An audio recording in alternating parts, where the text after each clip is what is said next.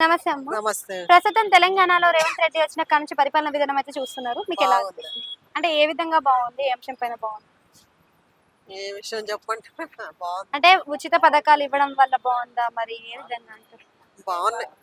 బాగున్నాయి. బస్సులు బాగున్నాయి. ఫ్రీ బస్సులు. కాకపోతే మార్నింగ్ టైం బాగా రష్గా ఉంటున్నాయి. ఆ కండక్టర్ డ్రైవర్ ర్యాష్ గా బిహేవ్ చేస్తున్నారు. అది బస్సు వచ్చింది. ఆగుతుంది. ఉచిత ఆగుతుంది 1 మినిట్ ఆగుతుంది.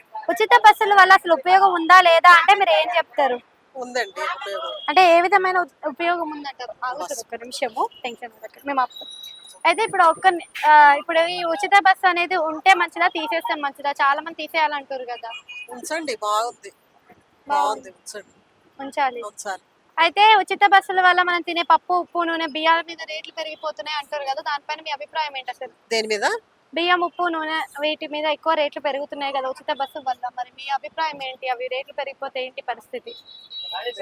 రేట్లే పెరి- పెరిగితే పెరగనియండి. మరి అవి అన్ని ఫ్రీ ఇస్తున్నారుగా.